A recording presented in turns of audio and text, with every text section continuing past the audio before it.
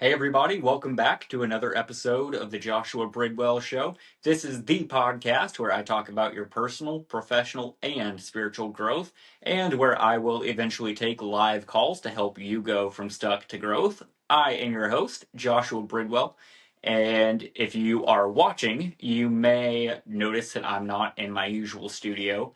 My usual studio, I'm doing some work on it right now to try and make it more acoustic friendly. There's been a lot of echo in previous episodes, so I'm actually in the nursery of my home, which is where my old studio used to be. So the lighting's different in here now. Obviously, I don't have all the studio lights around, but today I'm wanting to talk to you about a leadership topic.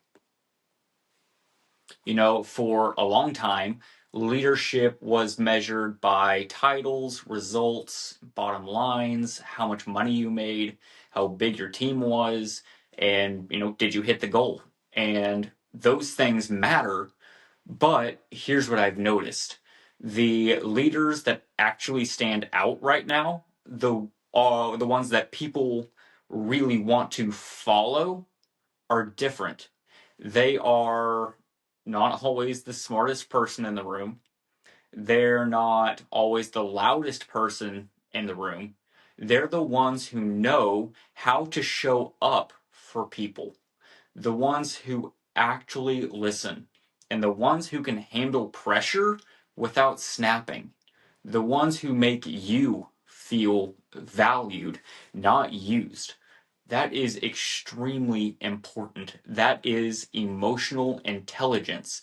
That's empathy, that's mental fitness, and that's prioritizing well being, both yours and the people that you lead.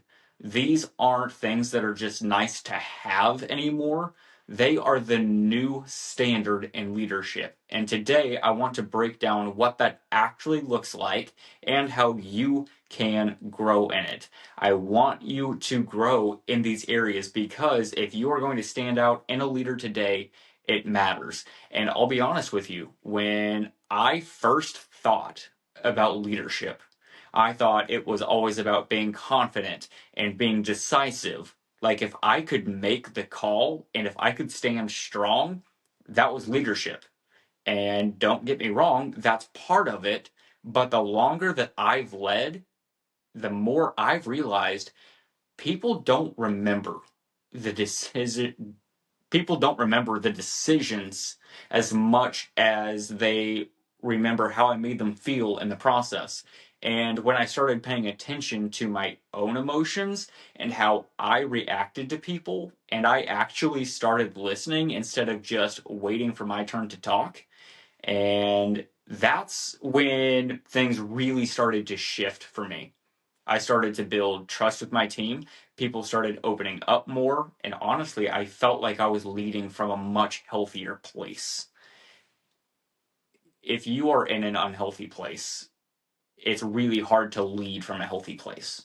So let's go ahead and talk a little bit about emotional intelligence. It sounds complicated, but it's really just about being aware of what you're feeling and why you're feeling that way, and also being aware of what other people might be feeling. If you can't recognize your emotions are going to run the show. You'll snap at people, you'll shut down in meetings, and you're going to carry stress from one conversation into another conversation. But when you are self aware, you can actually catch yourself. You can say, okay, I'm frustrated right now. Let me not take that out on someone else that didn't deserve it. That is really important and that is really powerful. We also need to talk about empathy. This one is huge. Empathy is about putting yourself in someone else's shoes. It's about slowing down long enough to not just hear the words, but to understand the weight that those words carry. People follow leaders who make them feel seen. and valued. You don't have to agree with everything. You won't agree with everything that someone says, but you can acknowledge it. You can say, hey, I get where you're coming from, and that must be tough. That one line can change a whole relationship.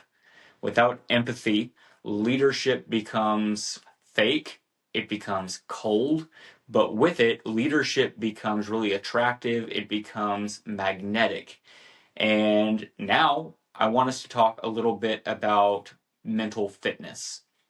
Think of it like going to the gym, but it's for your mind. It's your ability to handle stress, to bounce back after setbacks, and to stay sharp under pressure.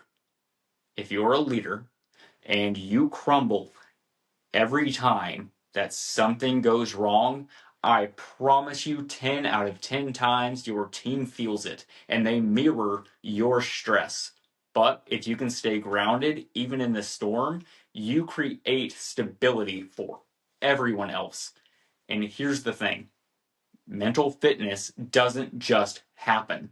You have to build it. You have got to give yourself room to breathe, to rest, and to reset, even if that's 5 minutes a day to just slow down and reset your thoughts. That simple thing alone can make a huge difference in your leadership and in your team. And the last thing that I want to talk to you about is well being. And this is where a lot of leaders go wrong. They believe that working themselves into the ground proves that they're dedicated. But the truth is, it creates burnout, and burned out leaders create burned out teams. You cannot pour from an empty cup. Your people don't need you to be perfect, but they do need you to be healthy. And that means protecting your non negotiables, your sleep, moving your body, spending time with God, spending time, intentional time with your family.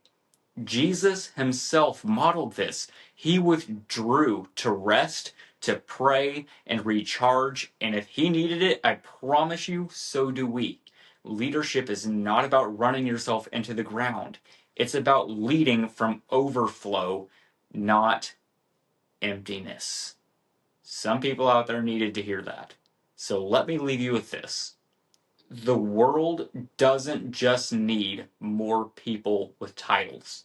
It needs more leaders who care, leaders who are emotionally intelligent, leaders who practice empathy, leaders who are intentional about taking care of their mental health and protecting their well being. Because when you grow in these areas that I talked about in this podcast, you don't just lead better, you live better, and the people around you will feel it.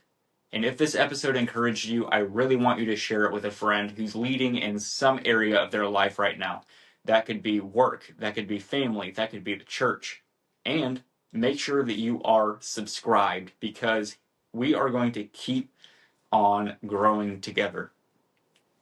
I don't want you to miss out on that. And speaking of subscribing, I wanted to let you know, if you made it to the end of this podcast, that I have actually created an additional YouTube channel. The first video is already out. That channel is focused on men's faith, fashion, finance, overall lifestyle. Go check out the new channel. The second episode is in the works right now. It's going to be coming out soon. You're not going to want to miss it. Head on over there, subscribe. And this has been another episode of the Joshua Bridwell Show. Thank you so much for tuning in. Tune in next time. Let's grow.